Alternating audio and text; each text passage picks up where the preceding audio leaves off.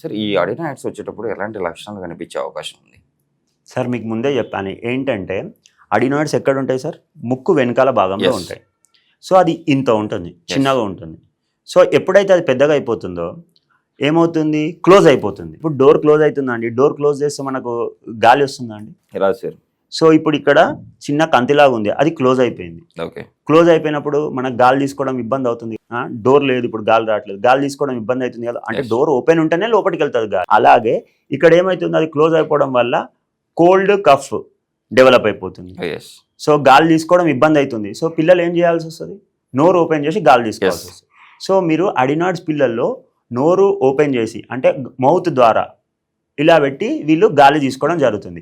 దీంతో పాటు అడినాయిడ్స్ పిల్లలు ఏమవుతారు? ఎప్పుడైతే నోటి ద్వారా గాలి తీసుకోవడం మొదలు పెడతారో మామూలుగా ఇలా కూర్చున్నప్పుడు తీసుకోవడం ఈజీయే, కానీ పడుకున్నప్పుడు ఏమవుతుందంటే గ్రావిటీ తగ్గిపోతుంది, సుబైన్ పొజిషన్ అంటారు. ఓకే, సో అప్పుడు ఏమైపోతుంది అని అంటే వాళ్ళు నోటి ద్వారా ఇంకా కష్టపడి గాలి తీసుకోవాల్సి వస్తుంది. ఓకే, అప్పుడు గాలి తీసుకోవాలప్పుడు ఏమవుతుంది? ఈ పిల్లలు పడుకున్నప్పుడు గురక ఎక్కువ ఉంటుంది. ఒక్కటి గుర్తుపెట్టుకోండి, గురక ఎక్కువ ఉందా పిల్లల్లో? నిద్రలేమి సమస్య ఉందా? రాత్రులు నిద్ర లేసి అటు ఇటు తిరుగుతున్నారా? సో అది 100% ఛాన్సెస్ ఆఫ్ అడినాయిడ్స్. సో ఈ పిల్లల్లో మనకి గురక చూస్తాము మనము, దాంతోపాటు నోటి ద్వారా గాలి తీసుకోవడం చూస్తాము.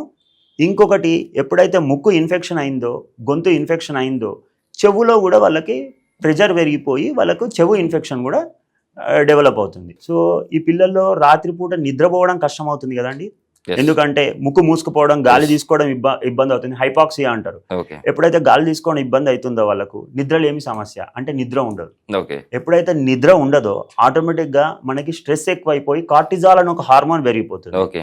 అది పెరిగినప్పుడు ఏమవుతుంది అని అంటే ఆటోమేటిక్ గా వీళ్ళకు డల్నెస్, డ్రిజినెస్, డ్రౌజినెస్, డిడిడి డల్గా ఉంటారు, డిజినెస్ ఉంటుంది, డ్రౌజినెస్ ఉంటుంది, ముభావంగా ఉంటుంది. సో దీనివల్ల ఏమైపోతుంది అంటే వీక్ అయిపోతుంది. ఆహారం కూడా వాళ్ళు సరిగా తీసుకోలేరు. అపిటైట్ అంటే ఆకలి తగ్గిపోతుంది.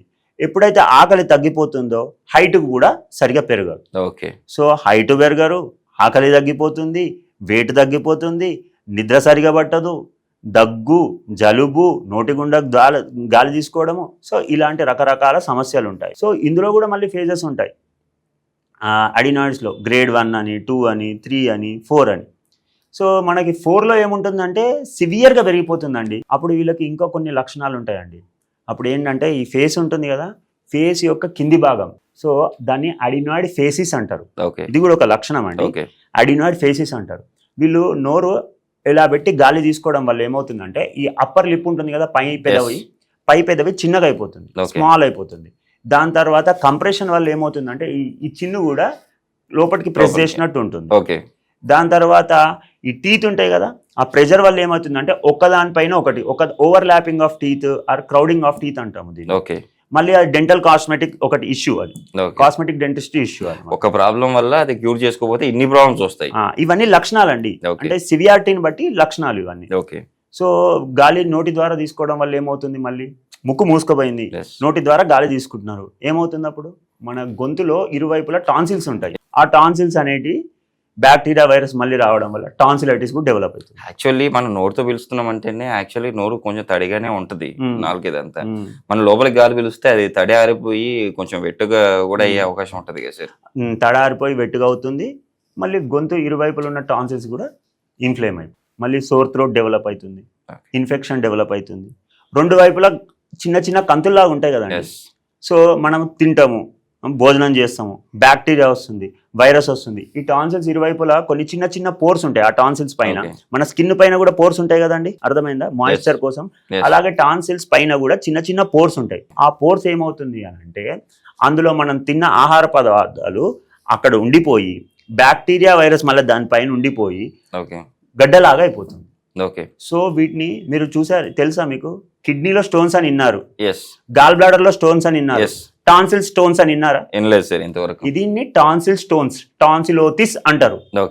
దీని వల్ల ఏమైపోతుందంటే ఎందుకు స్టోన్స్ డెవలప్ అయిపోతాయి అంటే తినే అన్ని అక్కడ పేరుకుపోయి బ్యాక్టీరియా, వైరస్ అన్ని కాల్సిఫికేషన్ వల్ల టాన్సిల్ స్టోన్స్ డెవలప్ అయిపోతుంది. సో ఈ పిల్లల్లో ఏదైనా తాగాలన్నా తినాలన్నా మనకి ఇక్కడ గొంతు నొప్పి వస్తుంది, సోర్ థ్రోట్, గొంతు నొప్పి వస్తుంది. సో వాళ్ళకు గొంతు నొప్పి వల్ల ఏమవుతుందంటే చాలా ఇబ్బంది ఉండేసి ఆహారం కూడా సరిగా తీసుకోరు. దానివల్ల కూడా వెయిట్ తగ్గిపోతారు, మళ్ళీ హైట్ తగ్గిపోతారు, ఇవన్నీ సమస్యలు ఏర్పడతాయి. ఇంకొకటి నోటి గుండా ఈ తినే అన్ని అక్కడ పేరుకోపోవడం వల్ల బ్యాడ్ బ్రీత్, అఫెన్సివ్ బ్రీత్ అని అంటారు.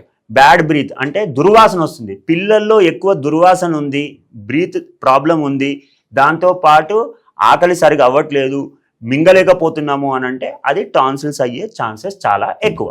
సరే, ఇప్పుడు టాన్సిల్స్ ఇప్పుడు కారణాలు ఎన్ని చెప్పారు కదా, టాన్సిలైటిస్ ఇలా వస్తాయి అని చెప్పేసి, దీనికి మనం ఏదైతే పైన ఇక్కడ ఏదైతే మన కణితి ఏదైతే ఉందో అది ఇది రెండు ఇంటర్ రిలేషన్ సార్. ఇవి రెండు అసలు రీజన్స్ ఏంటి రెండు ఇంటర్ రిలేషన్ అవడానికి? సార్ ఇంటర్ రిలేషన్ ఎలా అంటే ఇప్పుడు అడినాయిడ్స్ పెరిగింది సార్, పెరిగితే వాళ్ళు ఏం చేస్తారు, గాలి నోటి గుండా తీసుకుంటారు. ఇప్పుడు మన ముక్కులో కూడా మనకి చిన్న ఎంటికల్ లాగా ఉంటాయి, అవి ఏం చేస్తాయి, బ్యాక్టీరియాలు కానీ వైరస్లు కానీ డస్ట్ కానీ పోకుండా ప్రొటెక్ట్ చేస్తాయి కదా, అలా గొంతులో కూడా ఇవి ప్రొటెక్ట్ చేస్తాయి.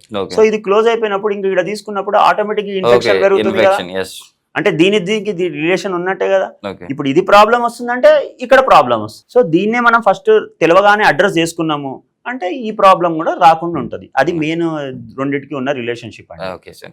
సరే, చాలా మంది అంటే చిన్నప్పుడు నేను విన్నాను, ఇప్పుడు టాన్సిలైట్స్ అయినాయి అనుకోండి, మలాం పట్టు అని చెప్పేసి ఒకటి పేపర్ ఉండేది. సో దాన్ని తీసి పెట్టుకునేవాళ్ళు, అంటే ఆ గడ్డలు అయితే అవి తగ్గడానికి. సో నిజంగా దానివల్ల తగ్గిపోతుందా, లేకపోతే కంపల్సరీ ట్రీట్మెంట్ చేయించుకోవాలి? అంటే సార్ ఇప్పుడు అది ఒక ఉపశమనం లాంటిది, అంటే రిలీఫ్ మాత్రమే, క్యూర్ కాదు. కొంతమంది వేడి కూడా చేసేవాళ్ళు. సో అది క్యూర్. ఇప్పుడు మనము మీకు ఒక చిట్కా చెప్తానండి. ఇప్పుడు ఈ అడినాయిడ్స్ కానీ టాన్సిల్స్ కానీ ఒక చిన్న చిట్కా చెప్తాను. ఏంటంటే మనం బౌల్ ఉంటది కదా, ఒక బౌల్లో వాటర్ తీసుకోండి, వామ్ వాటర్ తీసుకోండి, దాంట్లో ఏమంటారు, క్లోవ్ ఆయిల్ అంటారు.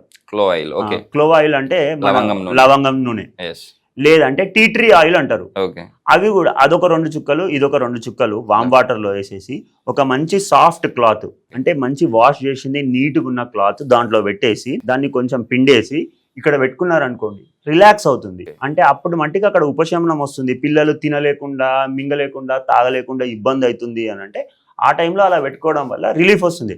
కానీ దానివల్ల మొత్తం క్యూర్ అయిపోయి మొత్తం అంత పర్ఫెక్ట్గా అయిపోతుంది అని కాదు. దాని అప్పటి మట్టికి రిలీఫ్. తర్వాత డాక్టర్ దగ్గరికి వెళ్ళి ప్రాపర్గా ట్రీట్మెంట్ కంపల్సరీ చేయించుకోవాలి. సరే, ఈ టాన్సిలైటిస్కి హోమియోపతిలో ఎలాంటి మెడిసిన్స్ అందుబాటులో ఉన్నాయి? టాన్సిలైటిస్ కూడా హోమియోపతిలో చాలా మెడిసిన్స్ ఉన్నాయండి.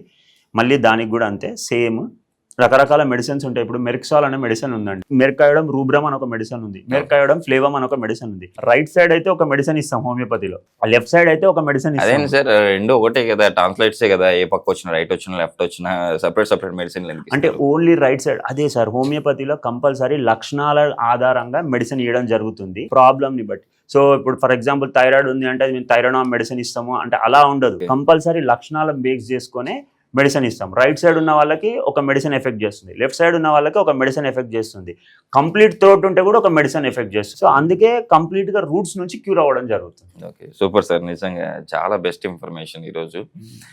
అసలు చాలా మందికి తెలియదు రెండింటికి సంబంధం ఏంటి, ఎందుకు వస్తుంది ఇదంతా అని చెప్పేసి. ష్యూర్గా మన ప్రేక్షకులు కూడా ఈ ప్రాబ్లం ఉన్న వాళ్ళు కంపల్సరీ మీకు కాల్ చేసి, మన స్క్రీన్ పైన కూడా నెంబర్ స్క్రోల్ అవుతుంది సార్ మనది హాస్పిటల్ది. ష్యూర్గా ఈ అవకాశాన్ని అయితే సద్వినియోగం చేసుకుంటారు, వాళ్ళ ఉన్న ప్రాబ్లమ్స్ మీతో షేర్ చేసుకుని ఆ ప్రాబ్లమ్స్ క్యూర్ చేసుకుంటారని చెప్పి ఆశిద్దాం సార్. Thank you sir.